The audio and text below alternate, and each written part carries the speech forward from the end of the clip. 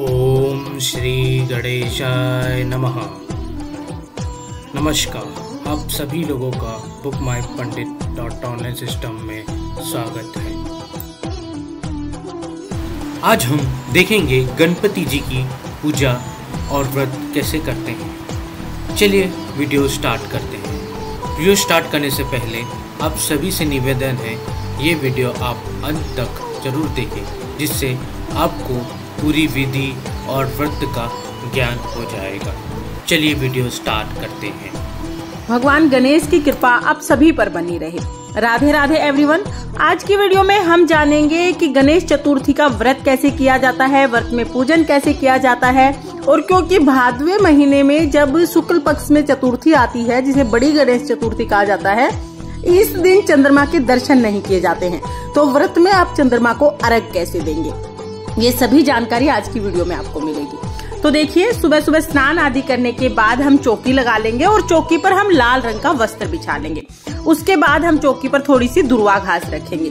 तो देखिए, क्योंकि हम एक दिन के लिए ही स्थापना कर रहे हैं तो हम दुर्वा घास रखेंगे। अगर आप ज्यादा दिन के लिए स्थापना कर रहे हैं तो फिर आप चावल रख सकते हैं। व्रत में क्योंकि एक दिन की स्थापना है तो मैंने दुर्वा घास रखी है। इसके बाद हम गणेश जी की मूर्ति को यहाँ पर स्थापित कर देंगे। तो देखिए, हमने भगवान गणेश जी का जो भी स्वरूप आपके पास है उसे विराजमान कर दें। इसके बाद हम अपनी पूजा शुरू करेंगे। तो देखिए, सबसे पहले हम गणेश जी को स्नान कराएंगे, यानी शुद्धिकरण करेंगे। तो जल के छींटे लगा के शुद्धिकरण कर देंगे। देसी घी का हम दिया जला लेंगे। तो यहाँ पर मैंने दिया जला लिया है। इसके बाद हम भगवान गणेश जी को रोली से, चंदन से तिलक करेंगे, दिए को तिलक करेंगे। फिर हम अक्षत समर्पित करेंगे, यानी कि चावल समर्पित करेंगे। उसके बाद हम फूल समर्पित करेंगे। तो देखिए, अगर आपके पास लाल रंग के फूल हैं तो बहुत अच्छी बात है। लाल रंग के फूल ना हो तो जो भी फूल आपके पास हो आप वो समर्पित करें। इसके बाद देखिए, वस्त्र स्वरूप हम गणेश जी को कलावा समर्पित करेंगे। तो यहाँ पर मैंने कलावा समर्पित किया है। अगर आपके पास जनेऊ है तो आप जनेऊ भी समर्पित कर सकते हैं। जनेऊ नहीं है तो कोई बात नहीं, कलावा समर्पित कर दीजिए। इसके साथ ही जब भी आप गणेश जी का पूजन करें तो दुर्वा घास जरूर समर्पित करें। तो यहाँ पर हम दुर्वा घास समर्पित करेंगे और दुर्वा घास आपको किसी भी पार्क में बहुत आसानी से मिल जाएगी, आप वहाँ से ला सकते हैं। हम भगवान गणेश को भोग में मोदक समर्पित करेंगे। आप मोदक समर्पित कर सकते हैं या आप लड्डू का भोग लगा सकते हैं। किसी भी मिठाई का आप भोग समर्पित कर सकते हैं।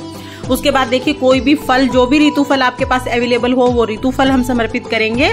और इसके बाद हम दक्षिणा समर्पित करेंगे। किसी भी पूजा में दक्षिणा आप जरूर समर्पित करें। अब हम 1 लोटा जल ले लेंगे और अगर आपने व्रत किया है तो फिर आप व्रत कथा जरूर सुने। तो देखिए, 1 लोटा जल हम लेंगे और अपने हाथ में हम अक्षत ले लेंगे, यानी चावल ले लेंगे और फूल ले लेंगे। खाली हाथ कभी भी कोई भी कथा नहीं सुनी जाती है। तो आप अपने हाथ में अक्षत और फूल लेकर कहानी सुने। चतुर्थी व्रत कथा का वीडियो आपको चैनल पर मिल जाएगा। लिंक मैं आपको डिस्क्रिप्शन में दे दूंगी, आप वहां से देख लेना। क्योंकि यहाँ पर अगर मैं कथा सुनाऊंगी तो वीडियो बहुत लंबी हो जाएगी, तो कथा का वीडियो इसलिए मैंने अलग कर दिया है। कथा सुनने के बाद जो हमने हाथ में चावल और फूल लिए हैं वो हम भगवान गणेश के चरणों में समर्पित कर देंगे। इस तरह से हमें गणेश चतुर्थी की व्रत कथा सुननी है। व्रत कथा सुनने के बाद हम आरती करेंगे और आरती करने के बाद देखिए, ये सुबह की हमारी पूजा कंप्लीट हो जाएगी। तो आरती करने के बाद आप हाथ जोड़कर पूजा में रही कमियों के लिए क्षमा याचना कर लें और अपनी मनोकामनाओं को पूर्ण करने के लिए भगवान से प्रार्थना कर लें। तो इस तरह से हमारी सुबह की पूजा पूर्ण हो जाएगी। इसके बाद हमें शाम को भी दिया जलाना है और भोग समर्पित करना है। शाम को हमें चंद्रमा को अर्घ भी देना है। चंद्रमा को अर्घ देने के बाद ही व्रत का पारण किया जाता है।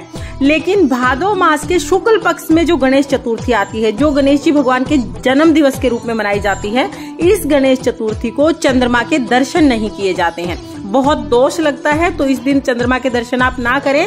बगैर चंद्रमा के दर्शन किए फिर हम कैसे चंद्रमा को अर्घ देंगे। तो देखिए, इसके विषय में मैं अभी आपको बता देती हूँ। सबसे पहले हम 1 लोटा जल ले लेंगे। अब इस जल में हम कच्चा दूध डालेंगे। गरम किया हुआ दूध नहीं होना चाहिए, कच्चा दूध होना चाहिए। उसके बाद थोड़े से फूल डाल देंगे। तो जो भी फूल आपको मिल जाए आप वो डाल दें। इसके बाद हम दुर्वा घास डालेंगे। तो देखिए, थोड़ी सी दुर्वा घास मैंने डाल दी है और थोड़ी सी हम रोली डाल देंगे। इसके बाद हम थोड़े से अक्षत डाल देंगे। तो ये हमारा अर्घ के लिए जो जल है वो तैयार हो जाएगा। इस जल से हम चंद्रमा को अर्घ देंगे। अब देखिए, क्योंकि चंद्रमा के दर्शन हमें नहीं करने हैं, तो जहाँ पर आपने पूजा की है वहीं पर हम चंद्रमा का ध्यान करते हुए अर्घ दे देंगे। देखिए, आप कोई भी बर्तन ले लीजिए। मैंने यहाँ पर परात ली है, क्योंकि परात सबसे शुद्ध बर्तन होता है हमारी रसोई का।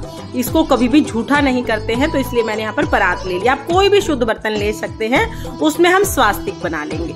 तो यहाँ पर हमने स्वास्तिक बना लिया है। अब हम क्या करेंगे, खड़े होके हमें अर्घ देना है। तो देखिए, पूर्व दिशा की तरफ जहाँ से चंद्रमा उदय होते हैं उधर की तरफ मुख करते हुए हम इस तरह से खड़े होकर चंद्रमा को अर्घ दे देंगे। चंद्रमा का ध्यान करते हुए हमें अर्घ देना है।